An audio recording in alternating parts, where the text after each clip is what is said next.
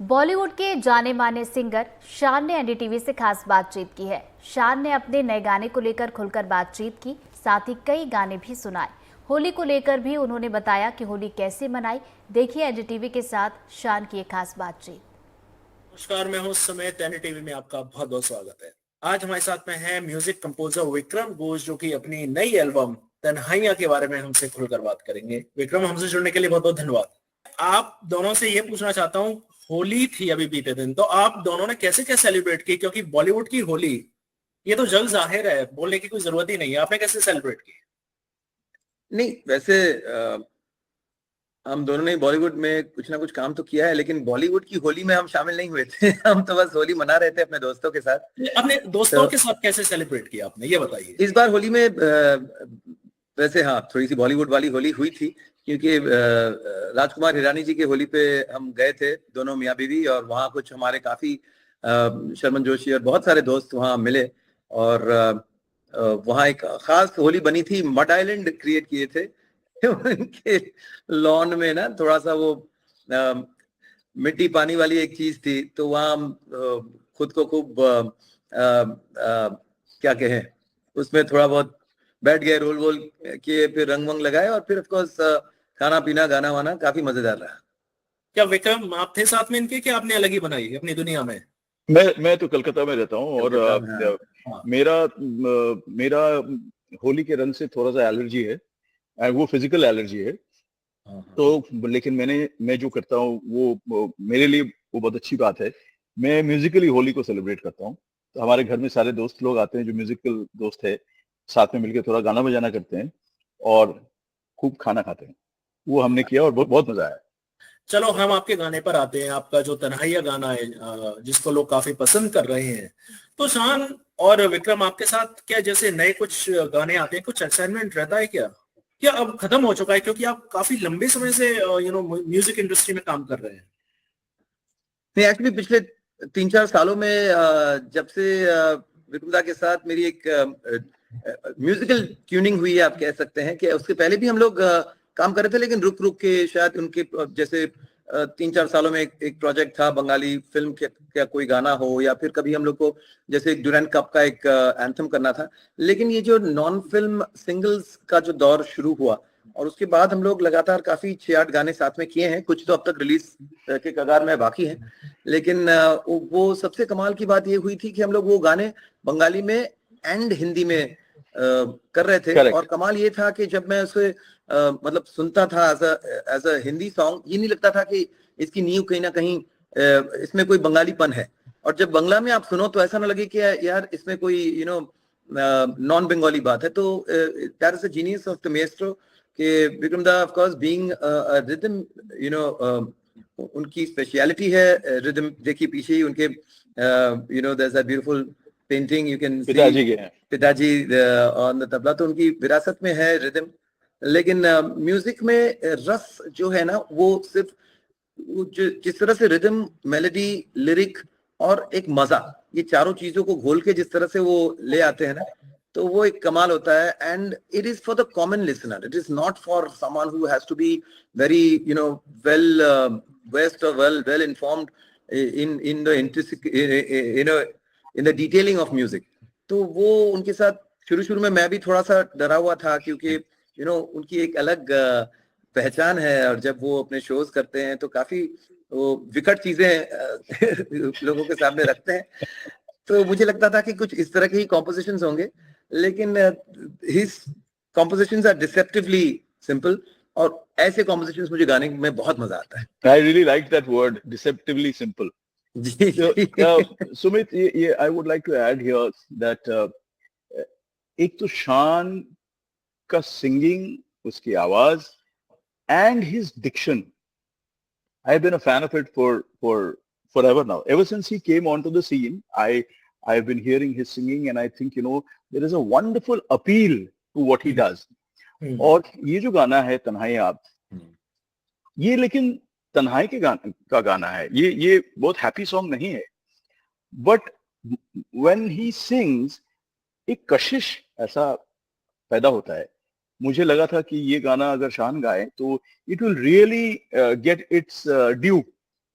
और he is in such incredible form now, incredible form. I personally think he's singing better than ever. एक एक peak आता है ना इंसान का, जब समझ, रियाज, आवाज सब मिलके कुछ बनता है. तो right now he has got that incredible moment, you know. और I am really, जब भी मैं गाना बनाता हूँ, about 80% of the songs I think शान. अभी भी शान ने, अभी he just sang a Z telefilm का टाइटल का गाना, जो मैं किसी से गवाया था, फिर मुझे लगा अगर शान गाए तो ये कुछ अलग ही हो जाएगा. Then हम आपकी इच्छा और अपने इनके शान के फैंस की इच्छा पूरी करते हैं. शान, अपनी आवाज में आप 4 लाइन है गहराइयों की आप सुनाइए. तन्हाइया ये आकाएमोन बांग्ला में हुआ था, जिसका भी मतलब अगर हिंदी में आप विश्लेषण करें तो तन्हाइया ही बनता है. हाँ. तो वो एक लाइन ही गाता हूँ.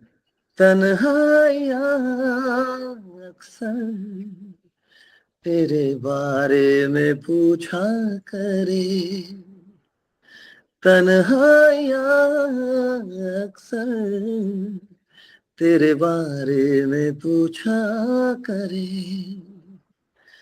तो ऑफ कोर्स गाने में एक लोनसम एक विरह है, लेकिन अब तक उसमें, लेकिन जैसे कशिश एक बहुत प्यारा शब्द लफ्ज विक्रम दा ने यूज किया कि वो दूरियों में भी जो नजदीकियां होती है कि रह रह कर किसी को आप याद करें, तो वो एक फील है गाने में. और शान, आपको अपने चाहने वालों के लिए एक गाना और सुनाना पड़ेगा, चांद सिफारिश, फना का जो गाना है.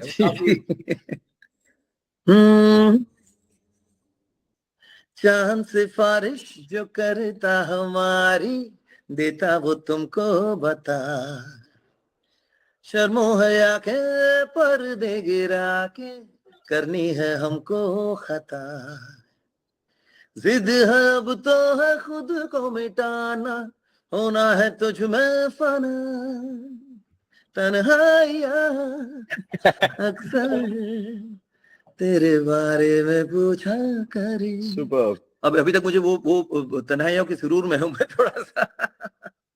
जी, आपका ये पूरा जो गाना भी जरूर सुनाता, लेकिन हम चाहते हैं कि थोड़ा सा टीजर दे ताकि लोग पूरे गाने, और गाने की म्यूजिक है उसकी एक पूरी एक फील है, उसके साथ जब आप सुनोगे ना, अब ये जिस चांद सिफारिश है, जो फिल्मों के गाने हैं, ये सुन सुन के लोग काफी उस पर आदी हो गए हैं, और कहीं ना कहीं लगता है कि यार वो कंफर्ट जोन है, वही कुछ सुना दो तो हम उस गाने को फिर से याद करें. लेकिन the whole idea is to create music के 1 ईयरिंग में 2 ईयरिंग में ही वो गाना जो है आपके दिल में बस जाए. तो इस तरह के ही गाने हैं, तन्हाइया है, और भी बहुत सारे गाने हैं जो हम लोग ने साथ में किए. आप दोनों की बॉन्डिंग यही हमको अच्छी दिख रही है कि रियल लाइफ में भी आप दोनों बिल्कुल ऐसे ही रहते हैं? क्योंकि एक्चुअली हमारी जो बॉन्डिंग, या obviously it came from a point of respect. Vikram को मैं हमेशा उनके मैं तो यही मानता हूँ कि जो प्योर म्यूजिक वाले होते हैं ना, जिन्होंने उतने घंटे उन्होंने वो रियाज पे डाला है, परिश्रम पे डाला है, जहाँ कुछ जैसे हम लोगों ने हम कमर्शियली शायद लोकप्रिय हैं, लेकिन the respect for pure artist Vikram दा है. हमारे एक और बहुत ही करीबी, बहुत ही प्यारे हमारे कॉमन फ्रेंड है Hari ji, who has managed to do the crossover so beautifully well, कि जहाँ वो उनकी जो क्लासिकल चीजें हैं, गजलें हैं, ठुमरियां हैं, उसी तरह फिल्मी गाने भी इतना अच्छा है कि इनके बहुत सारे कमाल के कोलैबोरेशंस भी हैं विक्रम दा और हरी जी के. तो वहाँ एक रिस्पेक्ट पे आके कहीं ना बात रुक जाती थी, लेकिन जब हम मिले और we bonded over food, over just fun times, तो इतने खुल के मिले हमारे विक्रम दा के, कहीं ना कहीं वो कांच की एक दीवार थी, वो टूट गई. अब now we are also interestingly, Sumit, both of us are Librans. जी. एक कुछ होता है कॉस्मोस में, and we think alike about a lot of things, in fact including the role of independent music का जो दोनों का समझ है, जो हमें लगता है कि ये सही है, ये गलत है, इसमें भी हम बहुत मिलते हैं. I think we both also have a bond over what should happen now with music. क्या आपने सोचा नहीं कि मुझे भी गाना चाहिए अब शान के साथ? बहुत अच्छा गाते हैं विक्रम दा, आई एम श्योर वो कुछ गा तो चुके हैं ऑलरेडी, बट आगे देखते हैं। हिंदी में नहीं गाए अब तक लेकिन। नहीं, देखिए क्या होता है, अगर आप फुटबॉलर हैं तो आप फुटबॉलर ही रहना चाहिए, आपको क्रिकेटर नहीं बनना चाहिए। तो मैं बजाता हूँ tabla, I don't profess to be a singer, और जितना काम चलाओ है कि गाना बस पहुंचाने के लिए to a superlative singer like Shaan, उतना मैं गा लेता हूँ। ऐसा कुछ नहीं है कि, और एंड आई डोंट बिलीव कि अभी ये सारे जो हो रहा है ना, कोई भी हीरो गा देता है, कोई भी वो गा देता है, कोई वो ऑटो ट्यून लगा देता है, वो नहीं। जो सिंगर है वो सिंगर है, जो कंपोजर है वो कंपोजर है। Let's keep the roles defined so that there is clarity. Shaan, आपकी जो सिस्टर थी हैं सागरिका, जी। बॉलीवुड की पॉप जगत की मैं कहूँ काफी फेमस सिंगर हैं वो, उनके साथ काफी लंबे समय से आप नजर नहीं आए हैं। आपका एक गाना भी काफी फेमस था, ऐसा होता है। तो हाँ, लेकिन ये हमको बात तो आप 1996 की कर रहे हैं, अभी देखिए लगभग 30 साल हो गए इस बात को।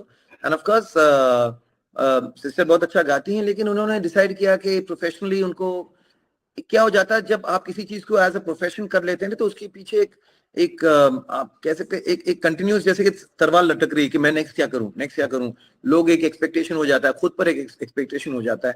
And she loves to live her life, live the moment, she is very spontaneous. तो उनको लगा कि हाँ, चलते फिरते कुछ गाना गाई तो गाई, वरना she is she is a restaurateur, she is an interior decorator, she has her own home stay place जिसने बहुत खूबसूरती से उन्होंने सजाया है अलीबाग में। तो बहुत सारी, she has a lot of hats and she enjoys life को। कभी कहीं चले गई, वहाँ she picked up some local ingredients और एक कमाल का खाना बना ली। So she lives the moment. और मैं भी कई बार पूछा कि यार सिंगिंग में कुछ करते हैं, बोलो यार वो सिंगिंग का जब भी सोचती हूँ तो उसमें एक प्रेशर सा लगता है आजकल, तो मुझे वो प्रेशर में कोई काम नहीं करना है। मेरा आप दोनों से एक आखिरी सवाल, जैसे कि हम 90s के टाइम पे देखते थे कि एक म्यूजिक एल्बम जो रहता था वो एक बॉलीवुड फिल्म के बराबर होता था, और उस म्यूजिक एल्बम से काफी बड़े बड़े एक्टर्स निकले हैं, बिपाशा बसु, मिलिंद सोमन, लिस्ट काफी लंबी है। आज के समय में उन म्यूजिक एल्बम्स की इतनी एक इम्पोर्टेंस नहीं है। I am going to take that one if you allow me, Shaan. Sure sure sure, of course. देखिए, एक चीज समझना जरूरी है। एक जमाना था जब लोगों के पास पहुंचने के लिए एक ही जरिया था, वो था टेलीविजन। अब टेलीविजन पे जो आता था वो मशहूर हो जाता था, because it was in your house. Today it is the phone. अब फोन पे कंटेंट कोई भी, यूट्यूब में कोई भी उसे बैठा सकता है। The thing is there is a humongous amount of content. उस जमाने में कंटेंट इतना था जो टेलीविजन पे आता था, अगर एमटीवी चैनल भी में आ गया तो बड़ा उसका चर्चा होता था। And there was a wonderful era, and I think we all benefited from that era, including Shaan and myself. वहाँ इंस्ट्रूमेंटल होता था, वहाँ एक मेरा रिदम्स के अगर हुआ तो उधर शान का गाना भी हुआ, फिर बुल्ला की जाना भी हुआ, फिर अदनान सामी भी हुआ, फिर अलीशा चिनाय भी हुआ। There was a wonderful kaleidoscope. अब क्या हो गया है, अभी there is a lot of content that is coming, but people have to sift through it कि कहाँ पे मैं जाऊं। तो उसके लिए क्या है कि it's a bit difficult to grab attention. जैसे पहले इजियर था, अगर आप पहुंच गए एमटीवी चैनल वी पे तो आपको अटेंशन मिल जाता था। But the advantage today is कि ये इंडिपेंडेंट इंडस्ट्री जितना बढ़ेगा उतना फ्रीडम फ्रॉम फिल्म आ जाएगा, क्योंकि ये एक इंडिया ही है जहां पे एक music industry is an offshoot of a film industry. ये कहीं और नहीं है। You don't expect to watch Madonna's next appearance, next गाना उनका फिल्म में क्या आ रहा है, या नोरा जोन्स का नेक्स्ट गाना क्या आ रहा है। वो इंडिपेंडेंट है, फिल्म इंडस्ट्री से इंडिपेंडेंट है। This is the best path. नहीं तो क्या है, the singers and the music composers and the whole world of music becomes under the umbrella of the cinema, and then it is controlled by the cinema Turks. So I think this is a very important thing जो अभी हो रहा है। 5 साल बाद लेकिन ये industry बहुत बड़ा हो जाएगा, ये independent industry, and already people are licensing songs. So I think this is an important step. शान, मैं एक आखिरी सवाल आपके साथ जोड़ना चाहता हूँ कि जो रिमिक बनाए जा रहे हैं पुराने गानों के, सागरिका का एक गाना भी है उसमें, डिस्को दीवाने, जो कि धर्मा प्रोडक्शन की फिल्म में देखा है, स्टूडेंट ऑफ द ईयर में आया है। तो कहीं ना कहीं जो पुराने गानों के रिमेक बन रहे हैं उनमें अब वो नई जो नए गानों में वो कशिश नहीं है जो पुराने गानों में थी। इसके बारे में क्या बोलना चाहेंगे आप? नहीं, एक तो जैसे विक्रम दा ने कहा, आपके इस सवाल का भी जवाब कहीं ना कहीं वही है। ये जो चीजें हम रीमेक कहते हैं, यही वेस्ट में रिक्रिएशंस या फिर मेड फेमस बाय कितने गाने हैं जो शायद, जैसे डॉली पार्टन ने गाना पहले रिलीज किया, लेकिन जब व्हिटनी ह्यूस्टन ने वही गाना गाया, I will always love you, गाना बहुत पॉपुलर हुआ और किसी ने कोई तरह की तोमक नहीं डाली कि आपने उसको रिक्रिएट किया है, आपने उसका रीमेक किया है। तो ये चीजें जो है वो यहाँ ओवर प्रेस और लोग इस तरह से वो उनको उसको वो छोटा दिखा रहे हैं कि ये, but it's a regular actually. आपने ही कहा सागरिका का गाना, वो ओरिजिनली नाज़िया हसन का गाना था और ये विडू उस टाइम पे करते थे क्योंकि उनके हिसाब से वेस्ट में ये बहुत रेगुलर प्रैक्टिस हुआ करता था कि हर 5-6 साल में आप एक ग्रुप बनी थी। चलिए अभी वो डिटेल में नहीं जाते हैं, लेकिन वेस्ट में ये रेगुलर प्रैक्टिस है। सिर्फ यही है कि अब यहाँ लोग उसको मतलब एक अलग नजर से देखते हैं कि यार क्या हमारे पास नए गाने नहीं बन सकते हैं कि हम, और चूंकि फिल्म में गाने डाल रहे हैं ना, तो उसमें वो बात और निकल के आ रही, क्योंकि फिल्म म्यूजिक हमेशा ओरिजिनल म्यूजिक रही है, उसी फिल्म के लिए गाने बने थे। तो it's just a mindset thing और कुछ नहीं है। और जैसे ओरिजिनल गाने भी बन रहे हैं, रिक्रिएशंस भी बन रहे हैं, रीमिक्स भी बन रहे हैं। I think as long as चीज अच्छी हो ना, प्रोडक्ट अच्छी हो, मेरे हिसाब से उसमें कोई फर्क नहीं पड़ता, क्योंकि इट्स अ न्यू ऑडियंस। अब जब मैंने दिल क्या करे जब किसी से, तो जो लोग पहले ओरिजिनल गाना सुन चुके थे उनको लगा कि यार ये क्या जरूरत थी, किशोर दा का इतना अच्छा गाना है, राजेश रोशन जी ने कंपोज किया है, ये तुम लोग उसमें बीट में डाल के। लेकिन उसके बाद बहुत सारे ऐसे न्यू लिसनर्स उस गाने से जुड़े जिन्होंने ओरिजिनल गाना सुना ही नहीं था।